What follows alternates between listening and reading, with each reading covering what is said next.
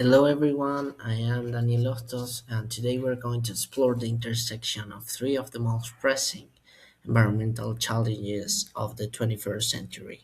These are global climate change, air pollution, and unsustainable waste management. Our goal is to move beyond the headlines and understand the mechanics of these issues, and more importantly, the solutions we can implement both locally and globally. Our planet is protected by a thin layer of gases we call the atmosphere, which acts as barrier against harmful radiation and keeps the earth warm enough to support life. However, this delicate balance is being disrupted. Today's overview will cover the science of the greenhouse effect, the devastating impacts of air pollutants, and why managing our waste is a cornerstone of environmental sustainability. This is a problem felt intensively at both the local and global levels. Climate change impact is not distant threat, is here, is reshaping local communities. It can be felt in our backyard. The greenhouse gases like carbon dioxide and methane trap the sun heat, similar to a glass cage in a greenhouse. Locally, this translates to extreme weather events such as more intense hurricanes and longer droughts.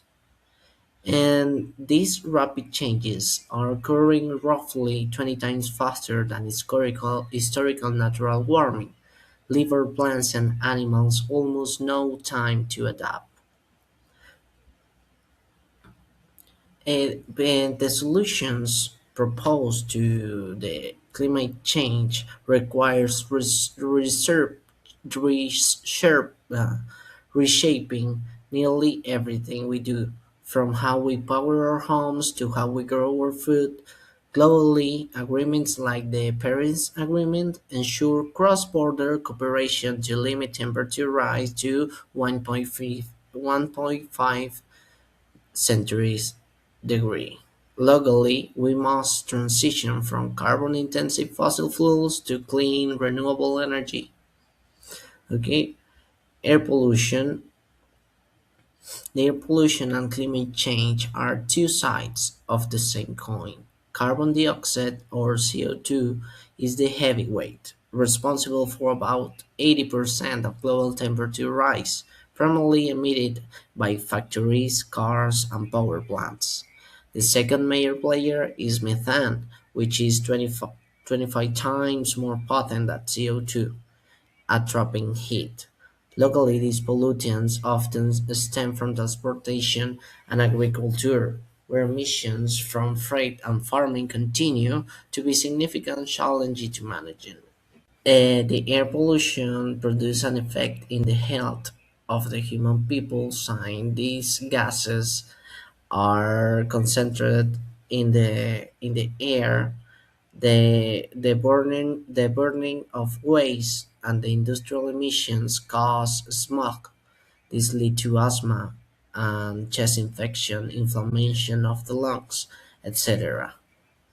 To have a correct waste management, to reduce the biggest part of the waste we produce, we need to follow a circular economy loop where sustainability is about moving toward this circular economy, where we reduce the consumption of finite resources and prioritize recycle. This is a climate issue, too. Uncollected organic waste accounts for about 80% of global methane emissions because it decomposes under anaerobic conditions in landfills. In my experience with recycle, I work in a factory. We elaborate bags of papers, and all the paper that it went to the garbage, we recycle them. We monthly, or we can say every two, I can say every 2 months, we recycle like 2 or 3 tons of paper. Well, not recycle by ourselves, but we keep it We save it and send it to the factory in charge to recycle paper, and we receive money for the paper. Okay, set these changes in the community. We need to follow this pyramid of priorities. Okay, it's important. We must follow the waste management hierarchy, which prioritize source reduction and reduce overall other methods. Real improvement start with waste segregation, separating organics from recyclables at house and business levels.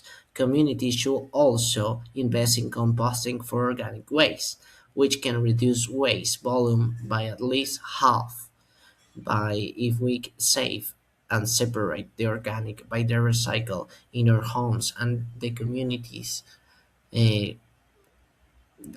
get set an agreement to separate the organic, they can reduce the size of the waste by half. Okay, there is a lot of climate myths. One is that the air climate has changed before, so current warming is natural, is part of a cycle. This is a myth. That's not true because the rate is different.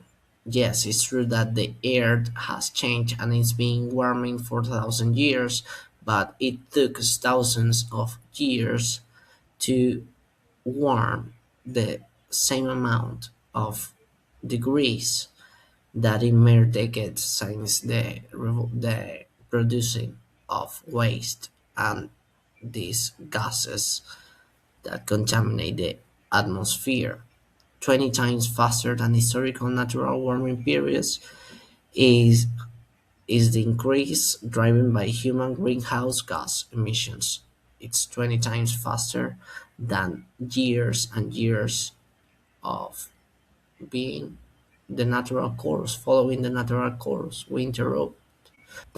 The ozone in the atmosphere is primarily shield against harmful solar radiation. They are linked through the chemicals we release. Protecting this layer is vital for maintaining atmospheric stability and preventing additional solar radiation from further stressing our planet's ecosystems and human health. Go, like,